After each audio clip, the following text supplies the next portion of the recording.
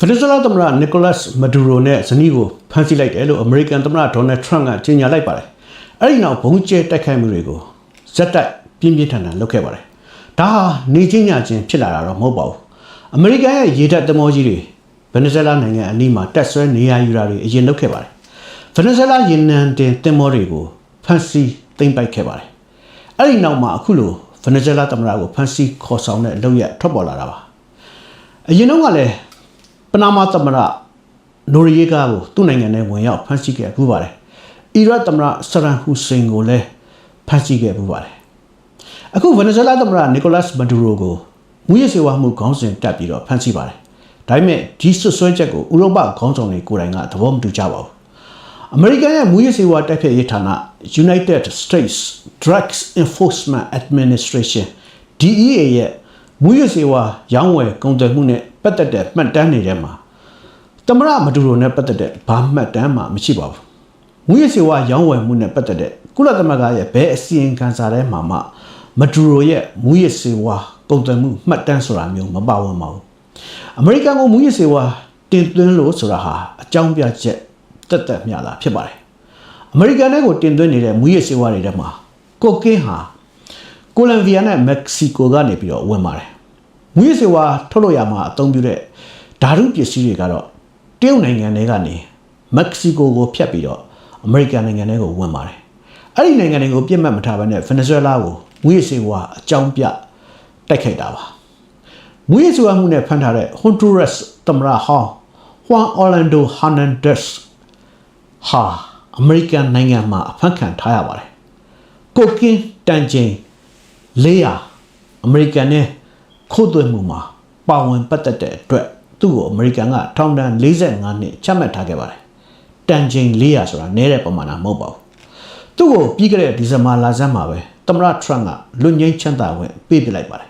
။မူရစေဝါတကယ်လုပ်တဲ့လူကိုအဲ့လိုမျိုးဖမ်းမိသားလူကိုတောင်မှသမ္မတအမိန့်သုံးပြီးတော့လွှတ်လိုက်ပါသေးတယ်။ဒါဆိုလို့ရှိရင် Venezuela သမ္မတကို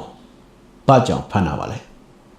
Venezuela နိုင်ငံရဲ့အရှေ့ဘက်မှာရှိတဲ့ Guyana မှာ Exxon Mobil ကုမ္ပဏီကရေနံရှာတွေ့ခဲ့ပါတယ်။ခေတ်သစ်သမိုင်းမှာအကြီးမားဆုံးရေနံတိုက်ကြီးဖြစ်ပါတယ်။အဲ့ဒီရေနံတိုက်ကြီးတွေ့တဲ့နေရာဟာ Venezuela နိုင်ငံနဲ့နယ်နိမိတ်အငြင်းပွားနေတဲ့နေရာဖြစ်ပါတယ်။ Venezuela လက်ဝဲအစိုးရရဲ့ရေနံ policy ကိုမကြိုက်တဲ့ American ဟာနိုင်ငံငယ်လေးဖြစ်တဲ့ Guyana ဘက်ကနေပြီးတော့ရပ်ပါတယ်။ရေနံစတွေ့တာက2015ခုနှစ်ဆိုတော့လွန်ခဲ့တဲ့10နှစ်ခန့်ကပါ။ဒါပေမဲ့သမ္မတမဒူရိုလက်ထက်မှာအဲ့ဒီပြည်ပကဟာပို့ပြီးတော့ပြင်းထန်လာခဲ့ပါတယ်။အခု2025ခုနှစ်ထဲမှာ Venezuela ရေတပ်သင်္ဘောတစ်စီးဟာ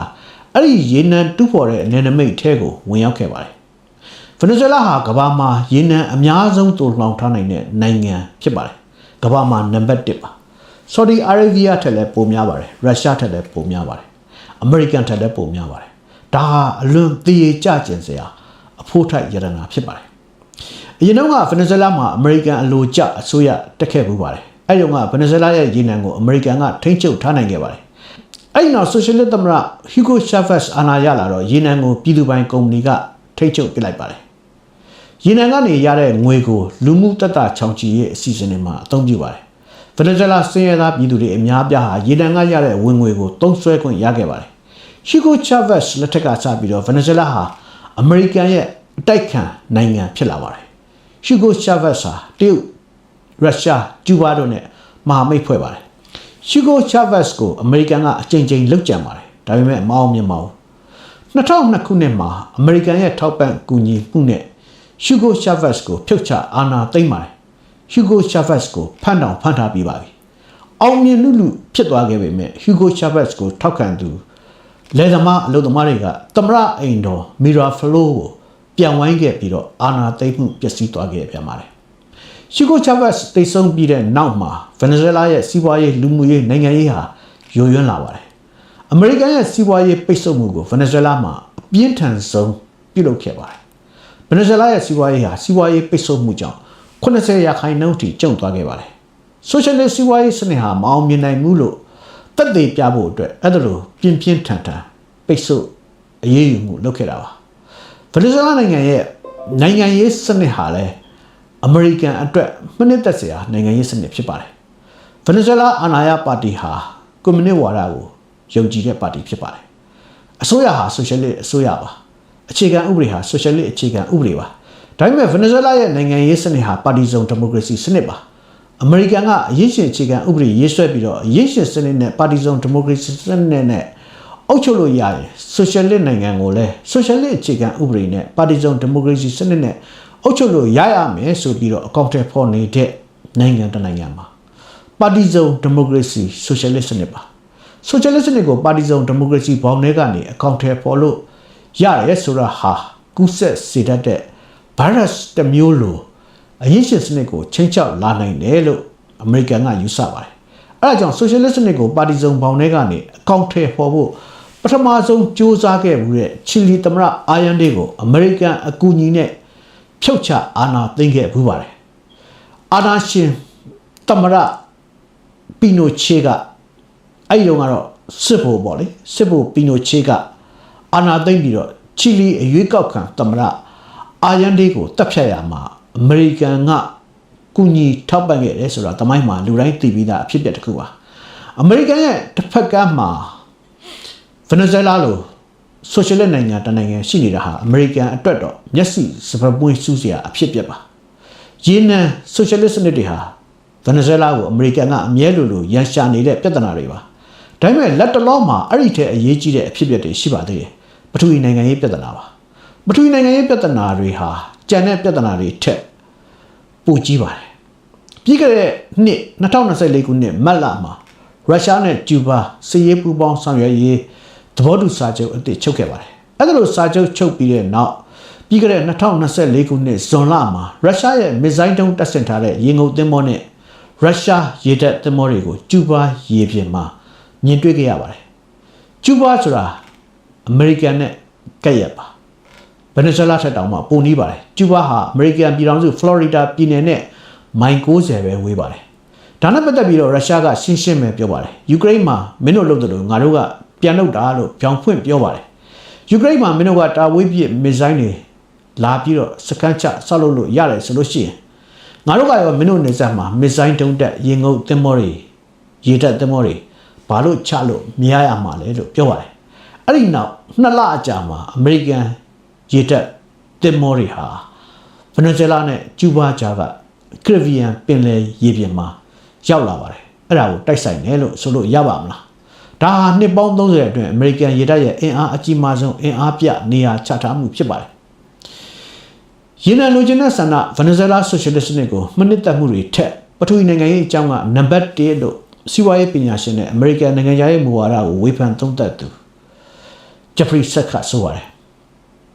တမိုင်းဟာတပတ်ပြန်လည်လာတယ်လို့ဆိုချင်ဆိုနိုင်ပါတယ်1962ခုနှစ်တုန်းကအနုမြူစစ်ပွဲကြီးဖြစ်လူဆဲဆဲဖြစ်သွားတဲ့ကျူးဘားအရေးခင်းကြီးကို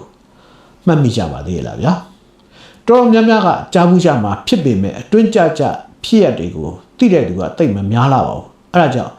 နည်းနည်းပြန်ပြီးတော့ပြောချင်ပါတယ်အခုဖြစ်ရနဲ့အဲ့ဒီကဖြစ်ရအခုဗင်နီဇွဲလားသမ္မတကိုဖမ်းသွားတဲ့ဖြစ်ရတွေဟာဆက်ဆက်နေတဲ့အတွက်ပြန်ရှင်းပြဖို့လိုအပ်ပါတယ်1962ခုနှစ်တုန်းကကျူးဘားမှာဆိုဗီယက်ယူနီယံကတာလက်ပစ်တိုက်ချင်းပစ်ဒုံးကျည်စခန်းဆောက်လုပ်ခဲ့ပါတယ်အဲ့ဒီတုန်းကဆိုဗီယက်ကွန်မြူနစ်ပါတီခေါင်းဆောင်ကနီကီတာခရူရှက်ပါအမေရိကန်သမ္မတကဂျွန် F ကနေဒီပါကျူးဘားစီကလာတဲ့ဆိုဗီယက်သင်္ဘောကိုအမေရိကန်ကဖျက်ထားခဲ့ပါတယ်ကျူးဘားကိုအမေရိကန်ကကျူးကျော်တိုက်ခိုက်ခဲ့ပြီးပါတယ် Bay of Pigs ကိုအမေရိကန်ရောက်ကျူးဘားပြည်ပြည်တွေကတိုက်ခိုက်မှုမှာအမေရိကန်ကကြောထောက်နောက်ခံပေးခဲ့ပါတယ်နောက်ထပ်အမေရိကန်ကျူးကျော်မှုဖြစ်မလာအောင်ဆိုဗီယက်ဒုံးကျည်စခန်းကိုလက်ခံထားတဲ့နယ်လို့ကျူးဘားသမ္မတကတ်စထရိုကတွေးခေါ်ခဲ့ပါတယ်ဆိုဗီယက်ယူနီယံကကျူးဘားမှာဒုံးစခန်းစောက်ချင်တာကလည်းအကြောင်းရှိပါတယ်ဆိုဗီယက်အနီးနားမှာအမေရိကန်ကလက်နက်တပ်ဆင်လာတဲ့အတွက်ဆိုဗီယက်ကလည်းအမေရိကန်အနီးနားမှာလက်နက်တပ်ဆင်ဖို့ကြိုးစားလာတာပါ1959ခုနှစ်မှာအမေရိကန်ကပြည်ထိုင်နိုင်ငံမှာသောနျူကလ িয়ার မစ်ဇိုင်းစကန်ဆောက်လုပ်ခဲ့ပါတယ်အဲ့ဒါကို Project Emily လို့ခေါ်ပါတယ်1960ခုနှစ်မှာအမေရိကန်ရဲ့ Jupiter နျူကလ িয়ার မစ်ဇိုင်းတွေအီတလီနဲ့တူရကီတို့မှာတပ်ဆင်ခဲ့ပါတယ်အဲ့ဒီသုံးနေရာစလုံးကနျူကလ িয়ার မစ်ဇိုင်းတွေဟာမော်စကိုကိုပြာချပစ်နိုင်လောက်တဲ့အကွာအဝေးကနေပြီးတော့ ချိန်ရွယ်ဆောက်လုပ်ထားတာပါစီးရဲသဘောအရဆိုဗီယက်ယူနီယံကိုအမေရိကန်ကဝိုင်းပတ်ထားမိပြီးသားဖြစ်နေပါတယ်နေရာယူစစ်ကိုအသစ်ပြင်ဆင်ထားပြီးသားဖြစ်နေပါတယ်အဲ့ဒီကာလအတွင်းမှာပဲကျူးဘားကွန်မြူနစ်အစိုးရကိုစန့်ကျင်တဲ့အမေရိကန်ရောက်ကျူးဘားပြည်ပြေးတွေကို CIA ကတင်နန်းပေးလက်နက်တပ်ဆင်ပြီးကျူးဘားကိုကျူးကျော်ခဲ့ပါတယ်ကျူးဘားကတွန်းလှန်နိုင်ခဲ့ပေမဲ့အမေရိကန်ကနောက်ထပ်ကျူးကျော်လာနိုင်သေးတယ်လို့ကျူးဘားကတွက်ဆပါတယ်ကျူးဘားဟာဆိုဗီယက်ယူနီယံရဲ့ရုပ်သေးဘဝမကြရောက်ချင်ဘူးဆိုတဲ့သဘောထားမျိုးရှိပါတယ်ဒါပေမဲ့ဆိုဗီယက်ဒုံးစခန်းကိုလက်ခံခဲ့ရင်အမေရိကန်ကနောက်ထပ်ကျူးကျော်မဲ့အန်ဒီရဲ့ကိုဟန်တာကာကွယ်နိုင်လိမ့်မယ်လို့ယူဆပါတယ်အဲ့ဒါကြောင့်ဆိုဗီယက်ဒုံးစခန်းကိုလက်ခံခဲ့ပါတယ်အဲ့ဒီဒုံးစခန်းဆောက်လုပ်တာကိုအမေရိကန်ထောက်လှမ်းရေးကဂျိုဒူရုပ်ပုံတွေအရသိရှိပြီးသမရစီအကြောင်းကြားခဲ့ပါတယ်ကနေဒီအစိုးရဟာချက်ချင်းအစည်းအဝေးထိုင်ပြီးတော့ဘယ်လိုတုံ့ပြန်ရမလဲဆိုတာကိုစဉ်းစားခဲ့ပါတယ်အမေရိကန်ကရွေးချယ်စရာနီလန်6မျိုးကိုစဉ်းစားခဲ့ပါတယ်အဲ့ဒီစဉ်းစားချက်ထဲမှာကျူးဘားကိုလုံးဝကျူးကျော်တိုက်ခိုက်ပြီးကတ်စထရိုအစိုးရကိုဖြုတ်ချဖို့ဆိုတဲ့အစီအစဉ်တစ်ခုလည်းပါပါတယ်နောက်ထပ်စဉ်းစားချက်တစ်ခုကဆိုဗီယက်သင်္ဘောကပ်မလာနိုင်အောင်ဂျားဖြတ်ဟန်တာဖို့ပါကျူးဘားကိုလေယာဉ်နဲ့ဘုံကျဲတိုက်ခိုက်တဲ့အဆင့်မလုပ်ခင်မှာဂျားဖြတ်ဟန်တာဖို့ကနေဒီကဆုံးဖြတ်ခဲ့ပါတယ်အဲ့ဒါကြောင့်နျူကလ িয়ার စစ်ပွဲဖြစ်လူနီးနီးအထိအန်ဒီရဲ့ကြီးမားတဲ့ကျူးဘားအရေးခင်ကြီးပေါ်ပေါက်ခဲ့ပါတယ်နောက်ဆုံးမှာဆိုဗီယက်ကကျူးဘားမှာမစ်ဇိုင်းစကန်ဆောက်လုပ်မဲ့အစီအစဉ်ကိုရုပ်သိမ်းပေးခဲ့ရပါတယ်အမေရိကန်ကလည်းဗြိတိန်အီတလီတူရကီကနျူကလ িয়ার မစ်ဇိုင်းတွေကိုပြန်ရုပ်သိမ်းပေးပြီးကျူးဘားကိုလည်းနောက်ထပ်မကျူးကျော်ပါဘူးလို့ဂရုပြုခဲ့ရပါတယ်အဲ့ဒါလိုနည်းနဲ့စစ်ကိုရှောင်ကွင်းနိုင်ခဲ့ပါတယ်အခုသမိုင်းဟာတပတ်ပြန်လဲပါတယ်ရုရှားအနီးမှာရှိတဲ့ယူကရိန်းကိုအမေရိကန်ကတာဝေးပစ်မစ်ဇိုင်းတွေအထိတက်ဆင်ပါတယ်ရုရှားနဲ့ယူကရိန်းစစ်ဖြစ်ပါတယ်အခုယူကရိန်းဟာစစ်ပွဲရှုံးနေပြီးတော့အရှုံးနဲ့ရက်ဆိုင်ရမယ့်အခြေအနေမျိုးအတွက်ပြင်ဆင်နေရပါပြီပြီးခဲ့တဲ့နှစ်ထဲမှာရုရှားကကျူးဘားမှာမစ်ဇိုင်းတုံးတက်ဆင်ထားတဲ့ရေငုပ်သင်္ဘောလွှတ်ထားပါတယ်မင်းတို့ကယူကရိန်းမှာလက်နက်တက်ဆင်လို့ရလို့ရှိရင်ငါတို့ကလည်းကျူးဘားမှာလက်နက်တက်ဆင်ခွင့်ရှိတာပေါ့လို့ရုရှားကပြောင်ပြောင်တင်းတင်းပဲစိန်ခေါ်ပြောဆိုပါတယ်အဲ့ဒီနောက်2လအကြာမှာအမေရိကန်ရေတပ်သင်္ဘောတွေဟာကျူးဘားကိုကျော်ပြီးတော့ကရစ်ဗီယန်ပင်လယ်ထဲမှာလာရောက်နေရာယူထားပါတယ်ကျူးဘားကိုအခုတစ်ခါမှာမသိမ်းပေမဲ့ဗင်နီဇွဲလားကိုတိုက်ခိုက်ပါတယ်ဗင်နီဇွဲလားမှာတည်ငြိမ်တဲ့အစိုးရတက်မလာမချင်းအမေရိကန်ကတာဝန်ယူလဲပတ်မယ်လို့ထုတ်ဖော်ကြေညာလိုက်ပါတယ်ဗင်နီဇွဲလားကိုအမေရိကန်ကသိမ်းထားလိုက်ရင်ကျူးဘားကအလဲမှာကျသွားပါပြီတစ်ဖက်မှာအမေရိကန်ပြည်ထောင်စုနောက်တစ်ဖက်မှာတော့အမေရိကန်သိမ်းထားတဲ့ဗင်နီဇွဲလားဆိုတဲ့စခန်းနှစ်ခုအကြားမှာကျူးဘားကျရောက်သွားမှာပါဗင်နီဇွဲလားသမ္မတကိုအမေရိကန်ကမဖမ်းခင်နိုင်ပိုင်းအလိုမှာတရုတ်ထူးကိုယ်စားလှယ်အဖွဲ့ဟာသမ္မတမဒူရိုနဲ့လာတွေ့ခဲ့ပါတယ်တရုတ်သမ္မတရှီကျင့်ပင်ရဲ့အထူးတန်တမန်မစ္စတာချူရှောင်းချိနဲ့တွေ့ဆုံခွင့်ရတဲ့အတွက်ဝမ်းသာပါတယ်လို့ဗင်နီဇွဲလားသမ္မတမဒူရိုကသူဖမ်းမခံရခင်တယ်လီဂရမ်မှာထုတ်ဖော်ရေးသားခဲ့ပါတယ်ဒါအပြင်အမေရိကန်ပြည်ထောင်စုဟာတောင်အမေရိကမှာရှိတဲ့တရားဇာတာတွေကိုသူတို့တရားဇာတာတွေလို့အမြဲသဘောထားတဲ့အကြောင်းဂျက်ဖရီဆတ်ကမှတ်ချက်ပြုပါတယ်1923ခုနှစ်မှာရေးဆွဲခဲ့တဲ့ Monroe Doctrine ကိုအမေရိကန်ဟာအခု2025ခုနှစ်အထိကျင့်သုံးနေကြတယ်လို့ဂျက်ဖရီဆတ်ကဆိုပါတယ် Foreign policy in Latin America follows a pattern over a century old. အမေရိကန်ရဲ့တောင်အမေရိကဆိုင်ရာ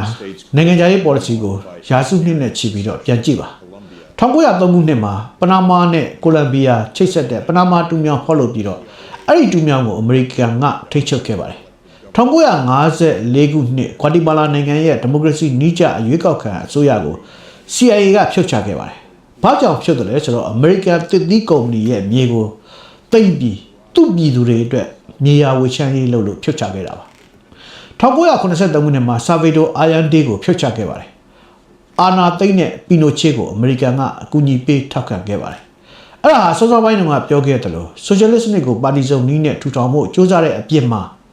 အမေရိကန်ဂျင်းနီမိုင်းကိုပြည်သူပိုင်တိတ်လို့ဖြုတ်ချတာလည်းပါပါတယ်။အဲ့ဒီနောက်နီကာရာဂွာအယ်ဆာဗေဒိုဟွန်ဒူရက်စ်ဒိုမီနီကန်သမ္မတနိုင်ငံဟေတီနိုင်ငံတွေမှာအလားတူလုပ်ရက်တွေလုပ်ခဲ့ပါတယ်။တောင်အမေရိကနိုင်ငံတစ်နိုင်ငံကသူ့တရားဇာတာကိုသူ့ဘာသာထိန်းချုပ်ဖို့ကြိုးစားတဲ့အခါတိုင်းမှာအမေရိကန်ဟာသူတို့ပိုင်တဲ့ပစ္စည်းကိုလူယူတယ်လို့သဘောထားပြီးတော့စီးရဲနဲ့ဝင်ရောက်ဆွတ်ဖက်ခဲ့တာတွေကြီးပါပဲ။ အမေရိကန်နိုင်ငံသားဝန်ကြီးမာကိုရူဘီယိုကဗင်နီဇွဲလားအစိုးရကိုဖြုတ်ချဖို့အကြိမ်ကြိမ်ပြောတာကိုလည်းသတိထားမိကြမယ်ထင်ပါတယ်အဲ့ဒါကဘာကြောင့်ပါလဲမာကိုရူဘီယိုရဲ့မဲဆန္ဒနယ်ဟာဖလော်ရီဒါပြည်နယ်ပါဖလော်ရီဒါမှာကျူးဘားနဲ့ဗင်နီဇွဲလားကပြည်ပြေးတွေအများအပြားအခြေချနေထိုင်ကြပါတယ်အဲ့ဒါကြောင့်ဗင်နီဇွဲလားအစိုးရကိုဖြုတ်ချရေးဟာရူဘီယိုရဲ့နိုင်ငံရေး policy ဖြစ်နေတာပါရွေးကောက်ပွဲမှာသူအမြင်မဲနိုင်ဖို့အတွက်မဲဆွယ်တဲ့နိုင်ငံရေးဖြစ်ပါတယ်ရေနံနဲ့ပတ်သက်ပြီးတော့ညှိနှိုင်းဖို့အမေရိကန်ကိုမဒူရိုအစိုးရကကန့်လန့်ပါတယ်ပြည်သူ့ပိုင်ရေနံကုမ္ပဏီမှာနိုင်ငံခြားရှယ်ယာတွေထည့်ဝင်ဖို့ကန့်လန့်တာပါဒါပေမဲ့အမေရိကန်ကလက်မခံပါဘူးဘာကြောင့်လက်မခံလဲဆိုတော့အမေရိကန်ဟာဗင်နီဇွဲလားကရေနံကိုခွဲယူအောင်လောက်ပဲမှန်ထားတာမဟုတ်လို့ပါလုံးဝချုပ်ကင်ထားချင်တာမလို့ပါဒါအပြင်အမေရိကန်ကိုနှစ်ပေါင်း20လုံးအာခံလာတဲ့ဆိုရှယ်လစ်အစိုးရကိုဖြိုချပြီးအမေရိကန်ကလိုလားတဲ့အစိုးရကိုတင်ကျင်ပါတယ်အမေရိကန်ရဲ့စစ်အခြေစိုက်စခန်းချကျင်ပါတယ်ဒါပေမဲ့ဗင်နီဇွဲလားနိုင်ငံကြီးဟာအကြီးကျယ်နှစ်ချမ်းကွဲနေပါတယ်အမေရိကန်ကဗန်နာငွေထောက်ပံ့ထားတဲ့အရေးရှင်စနစ်ကိုလိုလားသူအင်အားစုလည်းရှိပါတယ်ဟူဂိုရှာဗက်စ်နဲ့မဒူရိုတို့ကိုထောက်ခံတဲ့စင်ရသားပြည်သူအများစုလည်းရှိနေပါတယ်ဗင်နီဇွဲလားကိုတကယ်သိမ်းတော့မယ်ဆိုရင်ဗီယက်နမ်မှာလိုအမေရိကန်စက်ကျင်တဲ့တော်လန်ရေးတရက်ထွက်ပေါ်လာကောင်းထွက်ပေါ်လာနိုင်ပါတယ်ဒါကိုတော့အချိန်နည်းနည်းစောင့်ကြည့်ဖို့လိုပါလိမ့်မယ်ဒီတော့ဗင်နီဇွဲလားကိုအမေရိကန်တိုက်ခိုက်ရတဲ့အကြောင်းရင်းတွေကတော်တော်များပါတယ်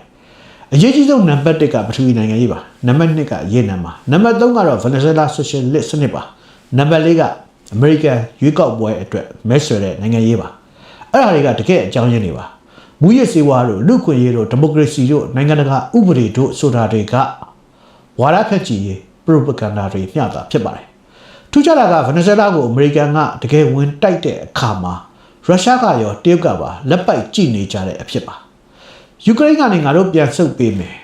ဗင်နီဇွဲလားကိစ္စမှာမင်းတို့ဝင်မပါနဲ့ရှစ်တိုးမလာနဲ့လို့အမေရိကန်ကများရုရှားနဲ့ညှိထားသလားဆိုတာစဉ်းစားစရာဖြစ်ပါတယ်ထိုင်ဝမ်နဲ့မြန်မာနိုင်ငံကိစ္စတွေမှာငါတို့လက်ရှောင်ပေးမယ်ဗင်နီဇွဲလားကိစ္စမှာမင်းတို့ဝင်မပါနဲ့လို့တရုတ်နဲ့ရောညှိထားသလားဆိုတာလည်းစဉ်းစားစရာဖြစ်ပါတယ်